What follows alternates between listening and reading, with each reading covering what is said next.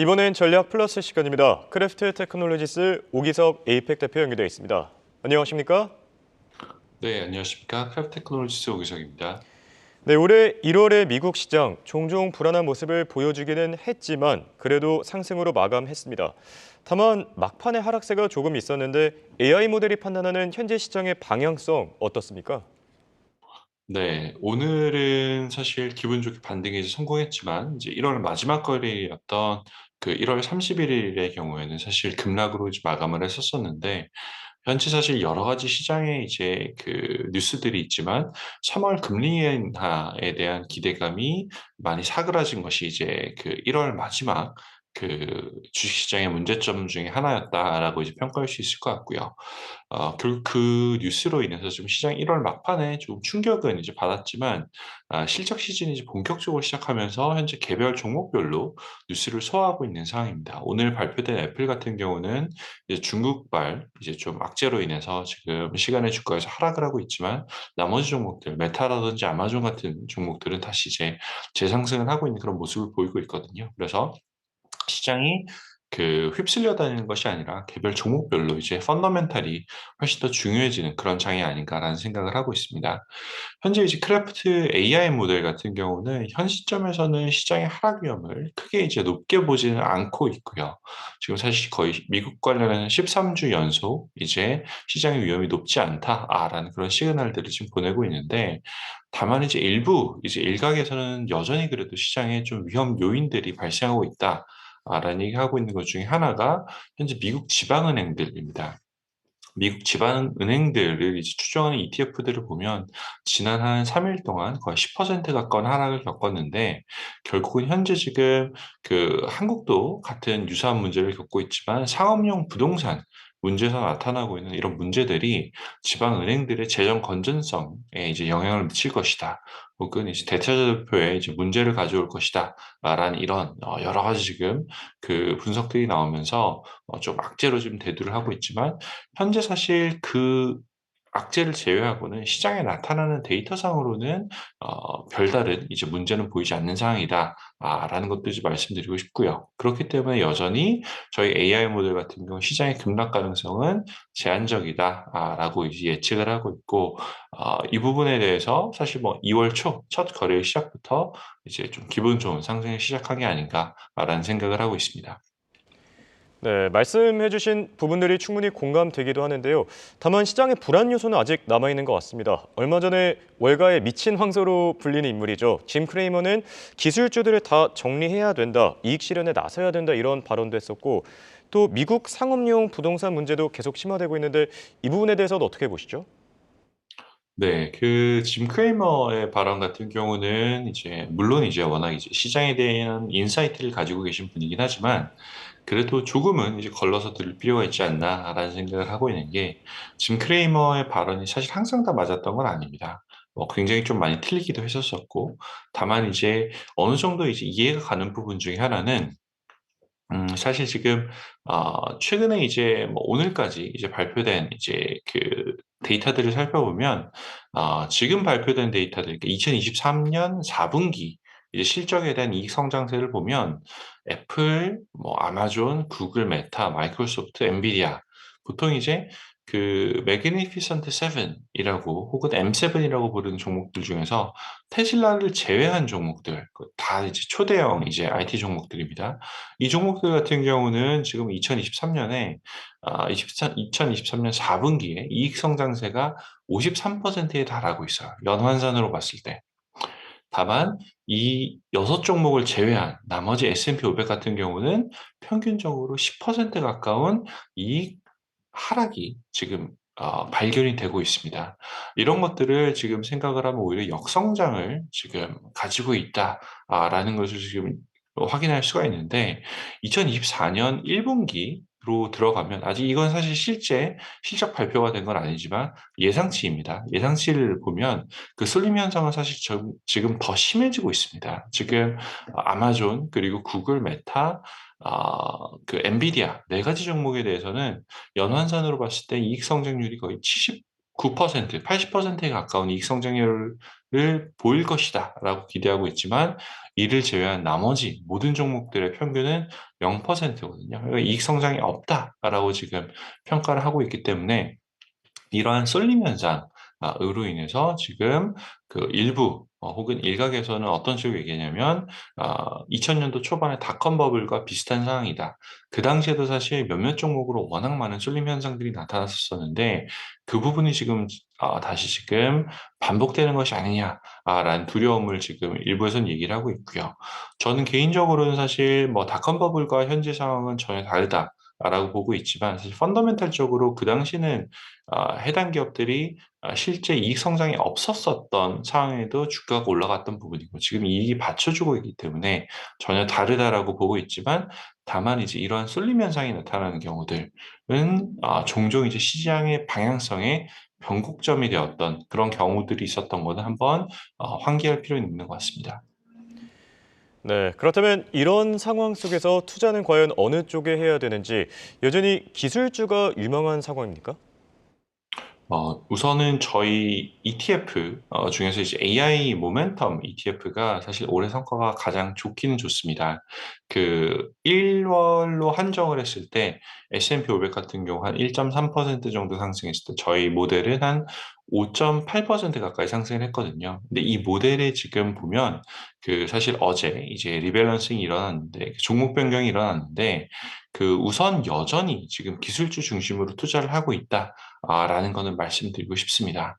다만 이제 흥미로운 변화 중에 하나는 상승폭이 높았던 종목들에 대해서는 지금 2월 들어서는 비중을 줄이면서 이익 실현을 하고 있다. 라는 거를 이제 한번 말씀드리고 싶은데 예를 들어서 마이크로소프트 같은 경우는 1월 초에는 비중이 9%에 달했던 게 지금 2월 들어와서는 6.1%로 줄었고요. 엔비디아 같은 경우도 7.5% 비중을 1월에 가지고 있었는데 현재는 4.3%로 줄였습니다. 그리고 사실 최근에 그 비만 치료제 그 젯바운드로 굉장히 이제 유명해진 일라이릴리 같은 경우도 1월 초에 4.8% 비중이었던 게 지금 2.4%로 줄었거든요. 마이크로소프트, 엔비디아, 일라이릴리 같은 경우는 1월의 대표적인 이제 상승 종목들인데 이런 상승 종목들 어떻게 보면 굉장히 큰 조명을 받았던 종목들에 대해서 지금 여전히 2월 달에도 가져는 가고 있지만 포지션을 보유는 하고 있지만 상대적으로 비중은 조절하면서 이제 발생한 이익에 대해서는 이미 일부 이익 실현을 한 이제 그런 모습을 좀 보이고 있습니다. 그래서 이런 것들을 생각을 해보면 이제 뭐 짐 크레이머가 얘기했던 것처럼 기술주를 다 정리할 필요는 없겠지만 일부 들고 있었던 종목들에서 투자하고 있었던 종목들에서 이익이 많이 난 종목들은 한번 이제 그 필요하다면 이익 실현도 고민해 볼 만한 시점이 아닌가라는 생각이 듭니다. 네. 그리고 실적 관점에서는 지금 기술주가 아직까지는 가장 강력한 상태거든요. 다른 섹터들에 대한 투자 방식은 어떻습니까? 사실 이제 기술주 같은 경우는 말씀 주셨던 것처럼 굉장히 큰 폭의 지금 그 이익 성장이 나타나고 있고요. 다만 전통적인 이제 그 섹터들, 뭐 보통 이제 그 뭐 월스트리트하고 메인스트리트라는 얘기를 많이 하는데 그 금융주로 어떻게 보면 대표가 될 수도 있고요. 금융주라든지 커뮤니케이션 서비스라든지 유틸리티 같은 경우는 실적이 굉장히 부진한 상태입니다. 특히 이제 그 금융주 같은 경우도 한 20% 가까이 이제 실적이 역성장을 하고 있고 뭐 유틸리티 같은 경우도 사실 굉장히 실망스러운 그런 시즌이고요. 그러다 보니까 그런 것들이 현재 지금 주가에 반영이 되고 있고 특히 1월 같은 경우는 금융주의 주가가 좀 많이 하락했던 그런 모습을 보이고 있습니다. 그 기술주하고 소비재는 여전히 견조한 것은 맞지만 안심할 상황은 아니다. 라고 이제 그 생각을 해볼 수가 있는 게 그 S&P 500 지수로만 조금 본다라고 하면 평균적으로 봤을 때 모든 종목을 다 합쳤을 때 지금 미국 기업들의 연간 이익 성장세는 그 작년 4분기 실적 발표, 그러니까 지금 이제 실적 시즌이죠. 이번 실적 시즌 기준으로 한 마이너스 1.5% 정도의 역성장세를 보이고 있거든요. 그렇기 때문에 이제 결국 주가가 이익의 함수라는 것을 감안을 하면 긍정적인 시그널은 사실 되기는 힘듭니다. 그래서 아직 다양한 기업들의 실적 발표가 남아 있는데 그 결과를 이제 계속 이제 그 찾아보면서 긍정적인 반전들이 있는지 주목이 필요한 사항이라고 생각을 합니다.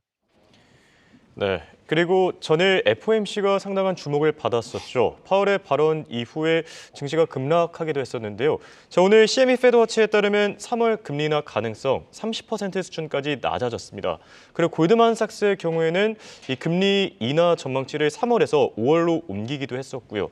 연준의 통화 정책 셈법 앞으로 어떻게 해야 되겠습니까? 네, 저는 우선 그 주식 시장에 투자하시는 분들 같은 경우는 예. 3월 금리 인하를 기대하셨다가 음.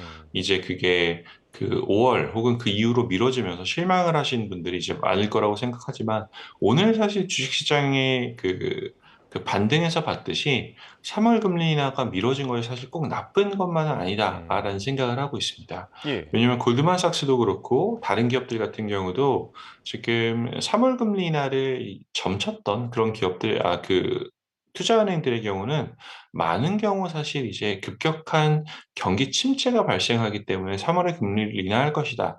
라는 그런 논리였거든요. 근데 사실 현재 경기 침체에 대한 시그널은 전혀 발견이 되지 않고 있고 오히려 굉장히 견조한 상태입니다.